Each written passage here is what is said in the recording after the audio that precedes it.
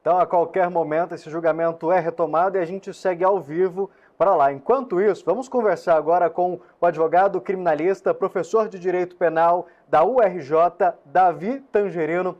Davi, muito boa tarde, obrigado pela sua participação aqui com a gente. Vamos entender um pouquinho o que aconteceu nesta manhã. Foi um voto ali relativamente longo. Informações de bastidores era que esse voto do ministro Alexandre de Moraes teria cerca de 4 horas, acabou passando um pouquinho. A gente teve também algumas divergências com alguns ministros que a gente vai falar ao longo dessa nossa conversa. Eu queria que você começasse fazendo um panorama para a gente, na sua visão, como foi o voto do ministro? Boa tarde. Boa tarde. Olha, ao contrário do que é comum no Supremo, o ministro Alexandre de Moraes não leu o voto dele, né? Ele deu a entender que o voto é bastante mais longo e bastante mais fundamentado. Portanto, mesmo nessas várias horas aí que ele falou, ele teve uma preocupação muito didática. O que eu estou chamando de didático, né? Ele foi literalmente explicando os pedaços do voto dele. Então, os primeiros 30 minutos foram dedicados às tais chamadas questões preliminares. São questões que, se forem atendidas, né, se forem julgadas favoráveis, elas impedem a continuidade do julgamento, né? Ou então elas impactam a qualidade desse julgamento, como seria a questão da nulidade das provas ou não do colaborador Mauro Cid, né? Mas todo o restante do tempo ele dividiu em 13 blocos do que ele, ao fim, considerou tentativa de golpe de Estado, né? Então, ele fez uma apresentação muito clara. Claramente o foco ali nem eram tanto os ministros, que já conhecem as questões que estão colocadas ali. Eu acho que era realmente uma explicação para o grande público, que está ali acompanhando, né, pelos diversos canais. E eu acho que ele faz uma apresentação muito convincente de por que ele, ao fim, condenou a todos, né? Para cada um desses pedaços, ele vai construindo o contexto, as provas, as confissões, as provas documentais. Então, eu acho que ele apresenta um voto muito sólido pela condenação dos réus nesse pedaço da trama golpista, digamos assim. Davi, o que você reparou ali então é que, na verdade, o Moraes, ao longo desse período da manhã, que inclusive acabou estendendo do que era programado, ele não só faz a leitura, mas ele tenta explicar para quem está em casa ali o porquê dessa possível condenação que a gente pode ter ali na sexta-feira, do porquê de todo esse processo. Ele rebate ali também, bloco a bloco, o que foi trazido pelos advogados, como a questão do julgamento não ser válido, a questão, como você comentou, da delação de Mauro Cid. Ele explica, inclusive, o porquê o depoimento foi dividido e não aconteceu de uma única vez? Exato, né? Houve toda essa controvérsia. Isso já estava lá no recebendo a denúncia, né?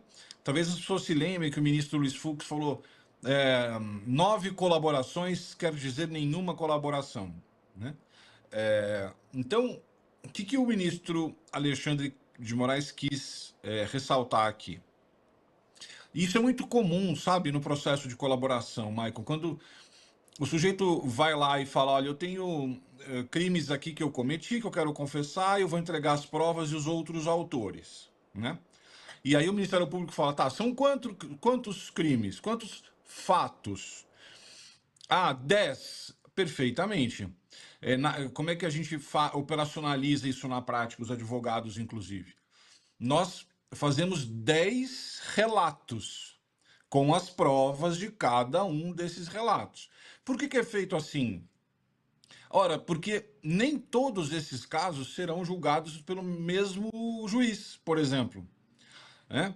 Se eu faço se o meu cliente faz uma colaboração de fatos que aconteceram no Rio, São Paulo, Minas, Bahia, então você fatiar a colaboração permite com que aqueles fatos atinentes a São Paulo vão para São Paulo, Rio e assim sucessivamente. Estou fazendo esse introito, o que diz o ministro Alexandre? Olha, por uma decisão da Polícia Federal, em vez de ouvir um longuíssimo depoimento de horas do Mauro Cid, a polícia fatiou por eventos.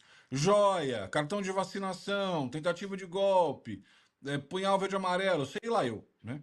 Então, o que ele quer dizer com isso? Houve 8 sessões de uma única colaboração. Ah, mas depois complementou. Isso é absolutamente comum. Porque podem surgir dúvidas, porque às vezes gera uma contradição, né? E a lei diz isso, o colaborador tem que ser chamado a se explicar. Depois o julgador vai decidir se aquilo que ficou de fora foi um lapso de memória, né? Passado o tempo, alguma coisa assim, ou se ele realmente escondeu, foi pego com a boca na botija e agora está tentando consertar, né? Isso anula a colaboração? Não, não anula a colaboração. Isso impacta o tamanho do prêmio que o colaborador recebe. Nesse processo de colaboração, a gente faz um acordo, dizendo, olha, se eu entregar tudo que eu estou combinando, minha pena máxima é 2 anos, no caso do Mauro Cid. Mas fazendo uma comparação aqui meio tosca com a escola, quem tirar 10 recebe o prêmio máximo, que é só receber 2 anos de pena. E quem tirar 8 na colaboração? É isso que nós vamos ver como é que o ministro Alexandre vai dosar, né? Você pode mudar o tamanho do prêmio. Inclusive, já houve esse pedido para que esse prêmio seja mínimo ali no caminho, né, Davi? Aproveitando, a gente vai falar muito desse assunto, da delação, mas eu quero inclusive chamar agora um trecho, porque nos primeiros 7 minutos ali, o ministro Fux já divergiu de Moraes. Vamos ver. Senhor presidente, só apenas pela ordem. Por favor. Vossa Excelência está votando as preliminares, eu vou me reservar o direito de voltar a elas na oportunidade em que eu vou votar. Porque desde o recebimento da denúncia, por uma questão de coerência, eu sempre ressalvei ter vencido nessas posições. Sorte que eu vou voltar a essa, muito embora, assim como Vossa Excelência votando direto, eu também vou votar direto, mas vou abordar também as questões preliminares. Obrigado, presidente. Não, obrigado, ministro Fux. Só constatando, todas essas preliminares até agora que eu me referi, todas foram votadas por unanimidade, inclusive com o voto de Vossa Excelência. Essa que me referi, vou me referir... No recebimento da denúncia. No recebimento da denúncia, exato. Estamos em julgamento. A preliminar de incompetência do Supremo Tribunal Federal e, subsidiariamente, incompetência da primeira turma para processamento e julgamento, também foi afastada no momento do recebimento da denúncia por maioria de votos. Essa por maioria de votos, vencido o eminente ministro Luiz Fux, que entendia que deveria ser competência do plenário do Supremo Tribunal Federal. Davi, além dessa, a gente teve outra divergência um pouco depois, ali no meio desse julgamento, até quando o ministro Flávio Dino faz um comentário ali no meio. O que a gente pode esperar desse posicionamento do ministro Fux? Pois acho que 2 coisas, né? Claramente, o ministro Fux avisou os colegas de que, ao contrário do que é costumeiro nos debates, ele não vai admitir apartes, né? Ou seja, ele quer votar do começo ao fim sem ser interrompido. Por que isso? Bom, a gente pode só especular. A minha especulação é porque ele vai divergir em algum aspecto do ministro Alexandre de Moraes e ele não quer ser contraditado pelo ministro Alexandre de Moraes. Ele não quer falar, não, mas calma, ministro, senhor... veja, tem essa prova ABC. Ele não quer esse tipo de interpelação, né? De fato, o aparte é uma prerrogativa do Fux. Ele concede ou não, embora seja francamente costumeiro conceder esse aparte, né? Agora, a parte inicial da divergência é a seguinte: eles poderiam ter feito 2 combinações, tá? Eles poderiam ter decidido primeiro as preliminares, aí votam os 5.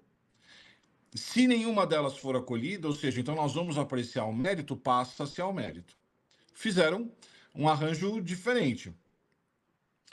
Decidiram, então, que o voto vai inteiro, preliminar e mérito. Então, o que o Fux estava avisando ali? Olha, na hora de discutir as preliminares, no meu voto, eu quero revisitar esses temas. Então, ele está soprando ali que vai ter divergência. Em parte, não surpreende, porque ele já divergiu no recebimento da denúncia. Ele já dizia que a competência não é do STF, e se for do STF, é do plenário, não é da turma. Ficou vencido. Mas, naturalmente, ele pode continuar votando agora no mérito, como ele fez na época do recebimento da denúncia. Agora, eu acho que o que ele também já tinha anunciado é: eu vou querer ver a colaboração do Cid com lupa. Então, eu acho que ele virá com um voto propondo a nulidade do acordo de colaboração do Mauro Cid, né? E aí vamos ter uma dificuldade, porque se for nulo, a prova que ele produziu é nula. E isso naturalmente impacta o mérito, porque agora, se essa tese dele prevalecer, o ministro Alexandre de Moraes vai ter que convencer as pessoas de que a condenação que ele está propondo fica em pé, independente da colaboração do Mauro Cid. Davi Tangerino, advogado criminalista, muito obrigado pela sua participação, pelos esclarecimentos, por ajudar a gente a entender um pouquinho do que foi essa manhã. Espero revê-lo em breve. Mas agora, gente, exatamente 15